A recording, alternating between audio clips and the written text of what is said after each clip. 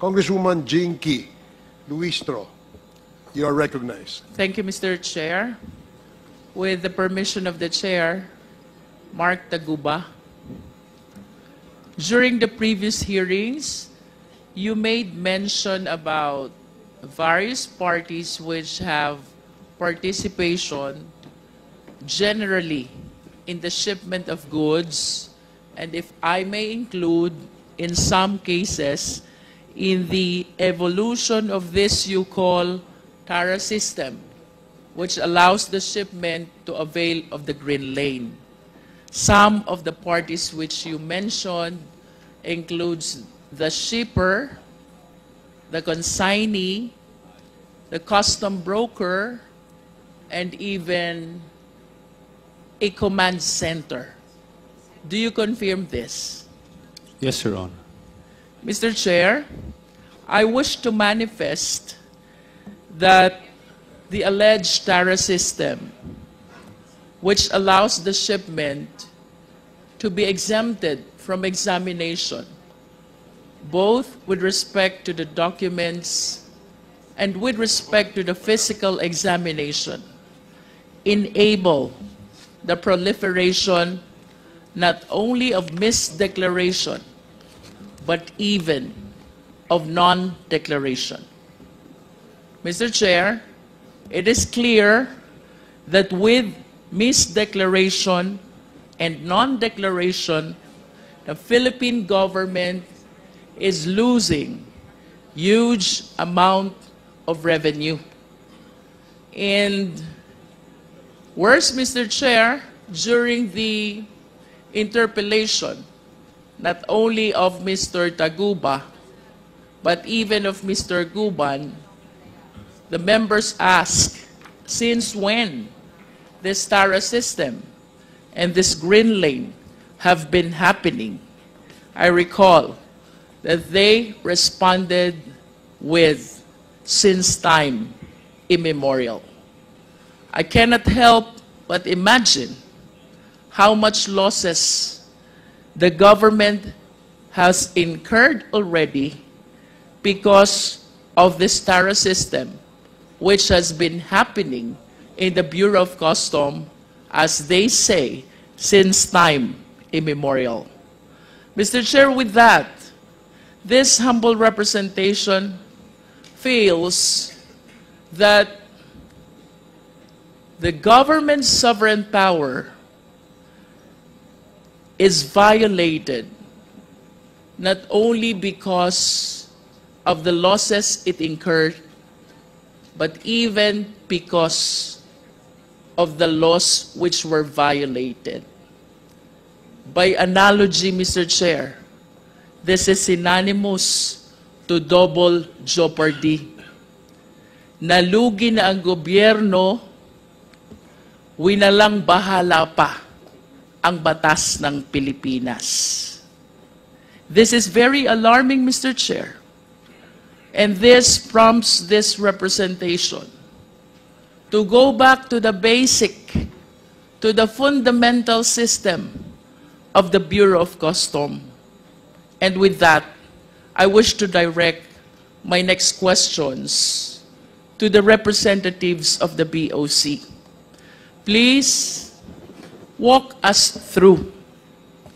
Pakikwento po sa sambayanang Pilipino how the shipment, how the importation works, considering the TARA system and the color-coded lane, which has been shared to us by our resource persons. Mr. Chair, may I ask our former commissioner, Commissioner Faeldon,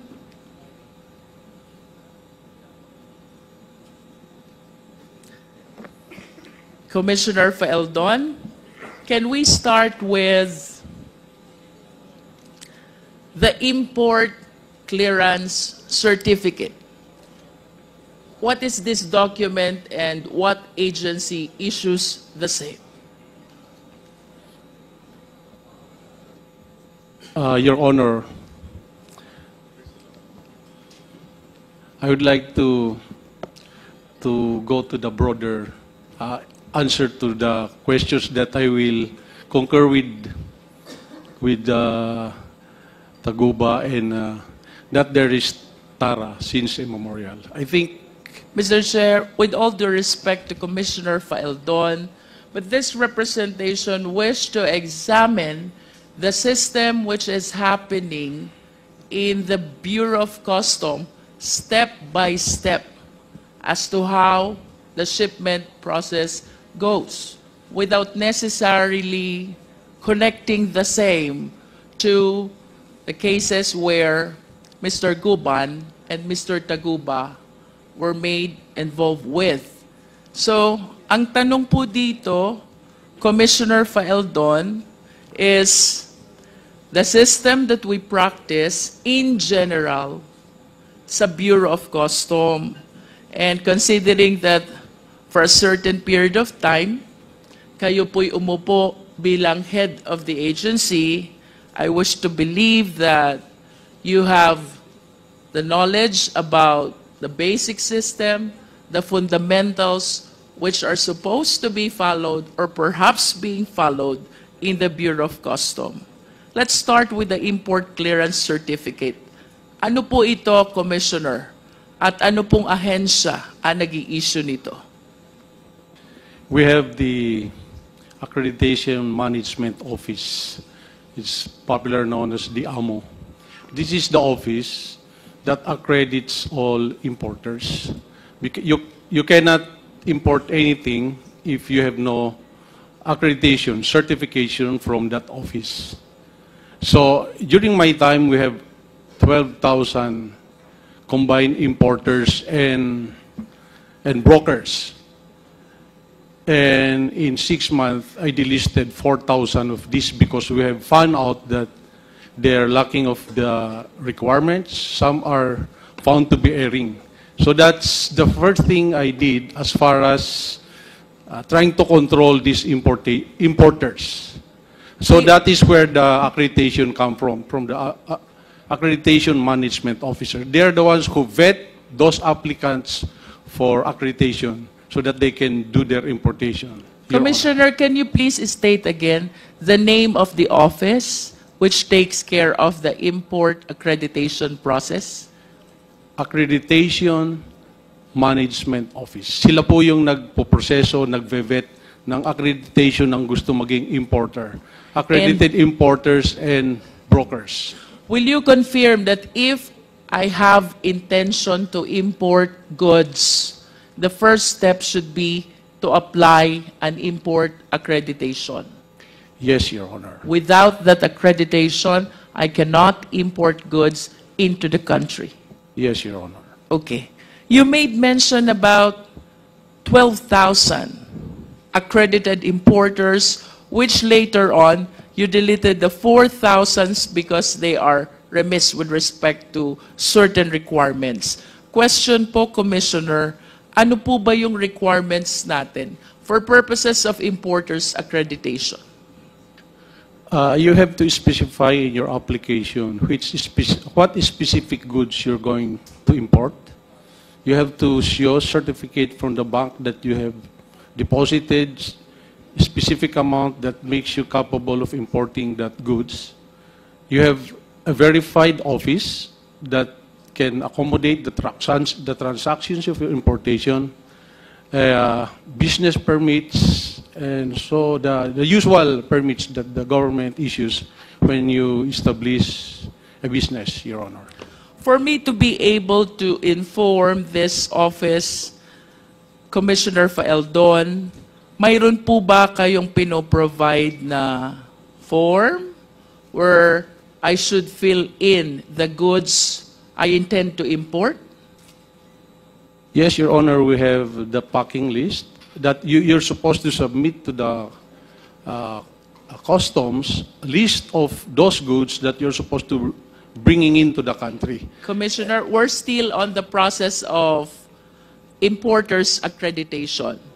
Yes, Your Honor. There's different codes of every commodities. But this is not yet packing list, right? Yes, ma'am. Yes, ma'am. Okay. This is international codes. all countries have the same codes of different goods. So we Balikan po natin, Commissioner, yung goods. Ano pong form yung ginagamit sa BOC in describing the goods for the purpose of applying for importers accreditation?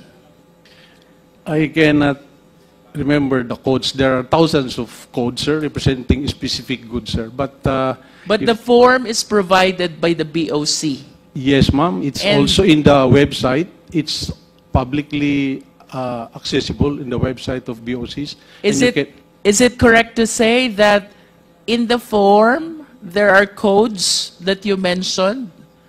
The Yes, ma'am. applicant is supposed to select which code corresponds to the goods You he intend to intended import. to import. Yes, Your Honor. Thank you. With respect to bank documents, Commissioner Faeldon, what specific document do you require? During my time, it is the certificate of deposit, because there are certain goods that require a specific percentage of amount that you have in the bank so that you can import that specific commodity. So these are the small nitty-gritties that the Accreditation Management Office has to verify before they will approve their accreditation, Your Honor. Sir, would it be correct to say that the amount required per certificate of deposit depends on the goods to be imported? Yes, Your Honor. If you intend to import just few items of commodities, you are not going to be required to deposit large amount of money. So it's going to be the specific percentage vis-a-vis the intended commodity to be imported. I am no longer particular about it, Your Honor, but it can be verified, Your Honor. How about with respect to the office? What particular document do you require? There's a list of the requirements issued by the Accreditation Management Office. These are publicly accessible in the website. So you have to go to Customs and present all these documents. These are the prerequisite requirements, and you'll be interviewed.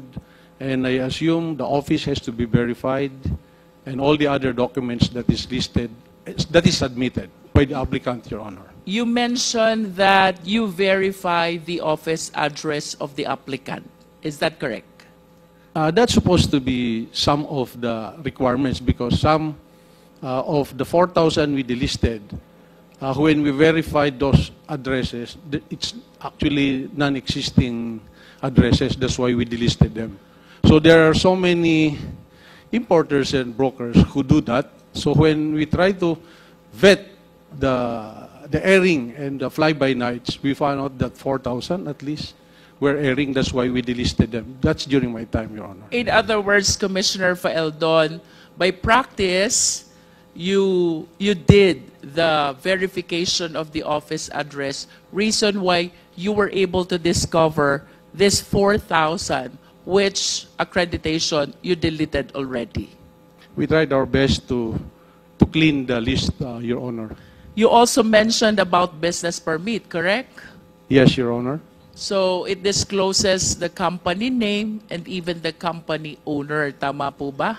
Yes, Your Honor. And would you agree with me if I would say, with the bank certificate, with the office verification, and with the business permit, the BOC has ample information about all the importers into the country? That's the assumption, Your Honor. What do you mean by assumption? If all those documents are truthful, that's why they have to personally verify. What we're talking about here, with respect to the actual practice and system, and not with respect to assumption, Commissioner Faeldon. So I suppose that all the information that you're giving before this committee were practiced at least during your time as Commissioner of BOC. Tama po ba? Ma'am.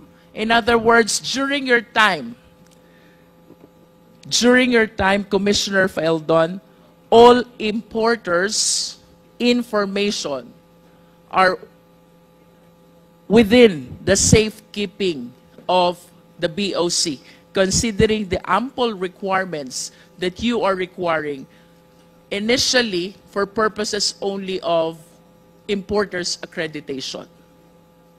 The newly accredited importers during my time, I specifically instructed the chief of the Accreditation Management Office to be very stringent, not stringent, but to be very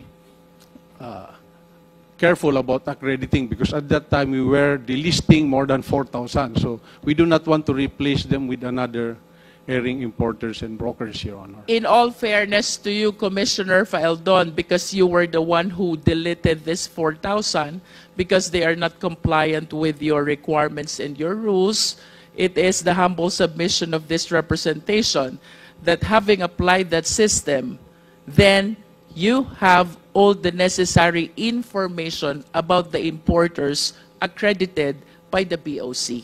That is a manifestation. With respect to the documents which you are requiring from the applicants for importation or importers accreditation, question Commissioner Faeldon. Alam nyo ang pangalan ng importer? Of course. Hindi po. It's the company that's listed, not all the time the owner, ma'am. So we cannot really say that we know the owners of the importers, but the So names. it depends. If the importer is an individual, Yes, ma'am. you will know the identity of the person. The AMO office may know, Your Honor. Okay. But if the importer is a company, then at least you have the name of the corporation. Tama po ba? Yes, Your Honor. And for you to know the owners of this corporation, I wish to believe that you required also the articles of incorporation and the GIS of this corporation who applied for importers accreditation. Tama po ba yun? Yes, Your Honor, the usual business requirement. That's actually what we do kapag ang applicant ay corporation. Normally, even for purposes of business permit, ang kasunod po nating hinihingi is articles of incorporation along with the general information sheet. Do you agree with that, Commissioner Faeldon? Yes, Your Honor. O balikan ko po yung first question ko. You have the means to know kung sinong importer, whether he's an individual or a corporation, considering the documents that you are requiring during the importer's accreditation process. Verifying the documents in the office, I think the customs has the means to do Yes. that. Yes. But going actually to check on the offices, that is where the customs lack the capability to personally verify some 12,000 offices nationwide.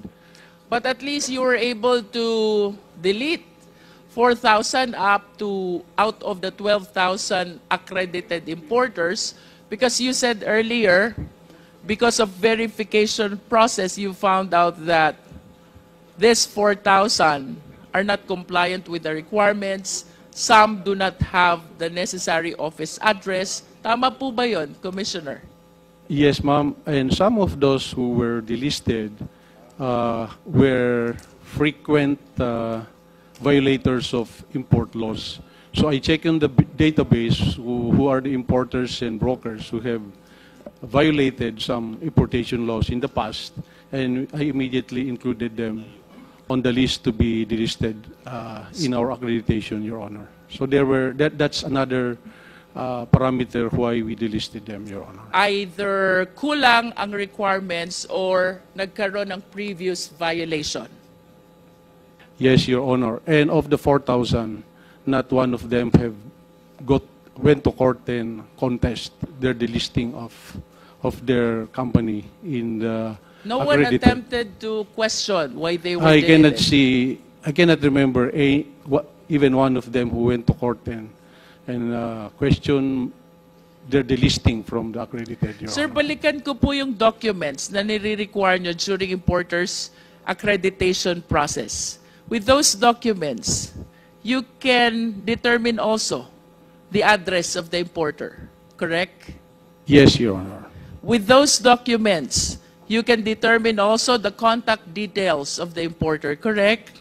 Yes, Your Honor. And with those documents also, you can determine also what type of business does the importer conduct.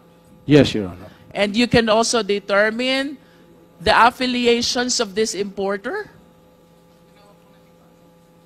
Outrightly, I suppose the AMO should be doing a due diligence, AMO office, in checking the affiliations of this, or this applicant has been previously delisted, a company under his name or her name has been previously delisted. Those are the assumptions that the AMO office has to do due diligence in checking those circumstances, Your Honor. And with those documents, sir, definitely we can determine also the nationality of the importer. Of course, because Yes. there should be In a conclusion, nationality sir, written under the SEC or DTI registration, Your Honor. In conclusion, Mr. Faeldon, if I am an importer, generally speaking, it is very difficult to hide basic and important information from the Bureau of Customs. Do you agree? Yes, Your Honor. Thank you. I wish to direct my next question still to the BOC. Commissioner Faeldon, are you aware of this shipment number MCLU 61881? I'd like to request Your Honor to please refresh my memory. I cannot remember that. Congressman Paduano, you are recognized. Now, Mr. Chairman, Mr. Wilkins cannot bank in arguments blindly on the aforementioned jurisprudence. Clearly, the circumstances surrounding Ong versus Senate will not squarely apply in the case of the contempt order for former PDEA Chief Villanueva. In the said case, Mr. Chairman, the court invalidated the contempt order by the Senate because of the denial of the due process when the Senate failed to give Ong the opportunity to explain why his testimony is not false and evasive. Now, and for the record, Mr. Chairman, former General Wilkins is present in 4 hearings, and he was given a due process and the time to explain. And paulit-ulit po, well, in fact, during the hearing, last hearing, before this representation moved to cite him in contempt, I warned him about his evasive answer to the question that was raised by Chairman Acop and, of course, Congressman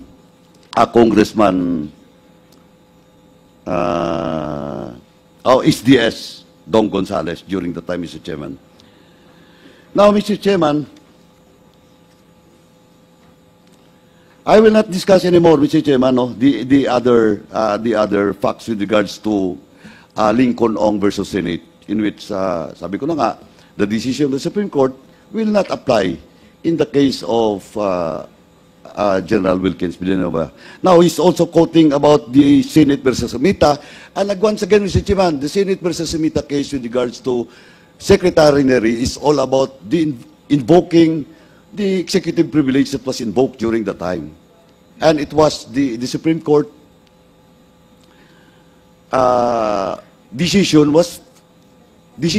favored the motion of the former then Executive Secretary Mita because they invoke executive privilege. And in this case, quoting some portion of that, decision of the Supreme Court is not, once again, cannot be applied in the case of General Wilkins Villanueva. Now, Mr. Chairman, to end, Mr. Chairman, but on the, let me just quote the last part of the motion of General Wilkins. Now, on page 14, paragraph 20, ito lang po. The movant regrets the misunderstanding may have arisen due to the long hours of hearing and the numerous topics discussed during the Quadcom hearing. and undertakes to continuously and voluntarily participate in the proceedings. Paragraph 21, Mr. Chairman, therefore, the movement appeals to the sound discretion of the Quadcom and humbly and respectfully ask that the Honorable Quadcom consider the totality of the circumstances and lift its contempt order against the movement. So, ang pag-intindi ko po, Mr. Chairman, the movement commitments that during today's hearing and the next hearing, he will cooperate and will answer the queries truthfully, no, that is being addressed to him. And again, Mr. Chairman, and for the record, and once again, I really appreciate this motion for reconsideration of General Wilkins. Attached here with, Mr. Chairman, the verification and certification against Shopping Forum. Unlike in the case of Colonel Grijaldo and some other guest resource person that was cited in contempt, instead of filing a motion for reconsideration in this committee and the House, they filed it in the Supreme Court or they refused. But anyway, Mr. Chairman, with that, Mr. Chairman, I will not discuss anymore with regards to the statement on paragraph 20 because we have to validate it because General Wilkins, you have quoted some, ito pa nga yung mga kinote mo dito na conversation in this hearing, ano ba to, saan na to galing? Yung transcript, yung interpretation to you and the answers coming from you and the questions of the members of this committee, quoting Chairman Acop, me, and the other members of this committee. Saan ba to galing? Sorry, please use the microphone. Sa YouTube yan, Mr. Chair, Sa pinanood YouTube. namin ng nireview ko ulit yung Okay. whole. Sige, anyway, pagdating mamaya sa inyo, i-validate po natin, no? Yung question about it. But what is important, Mr. Chairman, that, sabi ko na nga, personally, I really appreciate, no? Yung naging gesture ni General Wilkins in filing this motion for consideration at the same time presenting to this committee and of course to the SAA. He is present during his detention, Mr. Chairman. So with that, Mr. Chairman, since we have a quorum and I already asked some members kanina, with that, Mr. Chairman, I respectfully move that to lift the motion that we have cited in contempt for Mr. Wilkins Villanueva. So, Mr. Chairman. Okay, there is a motion to lift the contempt order imposed on General Wilkins Villanueva by this committee. Duly seconded. Are there any objections? Amendments? Nothing. The motion is approved.